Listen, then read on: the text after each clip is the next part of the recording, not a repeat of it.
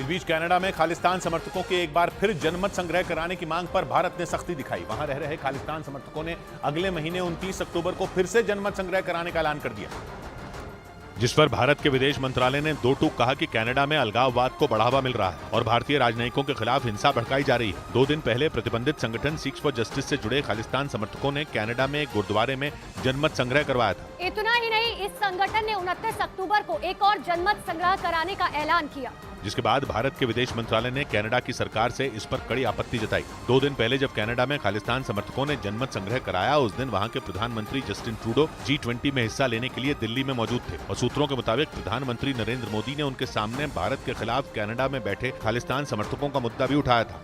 इधर G20 सम्मेलन के बाद 2 दिन तक भारत में फंसे रहे कनाडा के पीएम की उनके अपने ही देश में किरकिरी हो गई। G20 समिट खत्म होने के बाद कनाडा के प्रधानमंत्री जस्टिन ट्रूडो को रविवार को वापस कनाडा जाना था, मगर उनके विमान में ऐसी तकनीकी खराबी आई कि वो तय वक्त पर उड़ान ही नहीं भर पाए और कनाडा के पीएम जस्टिन ट्रूडो को 2 दिन तक दिल्ली में ही रुकना पड़ा। इस बात को कनाडा के विपक्ष ने मुद्दा बना लिया और जस्टिन ट्रूडो को जमकर घेरा। वहां की कंजर्वेटिव पार्टी ने इस खबर का एक वीडियो शेयर करते हुए ट्वीट किया कि ट्रूडो की सर्कस का शो भारत में ठप पड़ गया।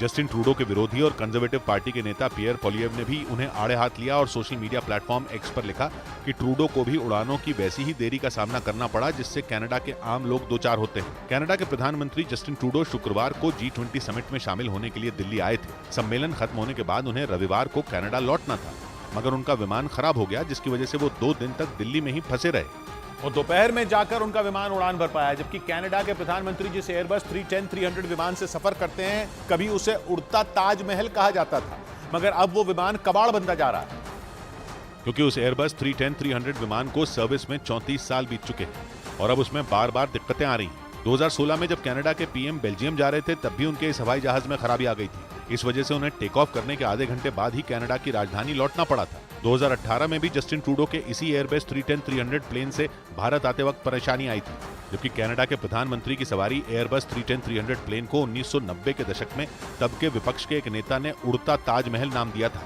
क्योंकि विमान के इंटीरियर को अपग्रेड कर एकदम शाही कर दिया गया था।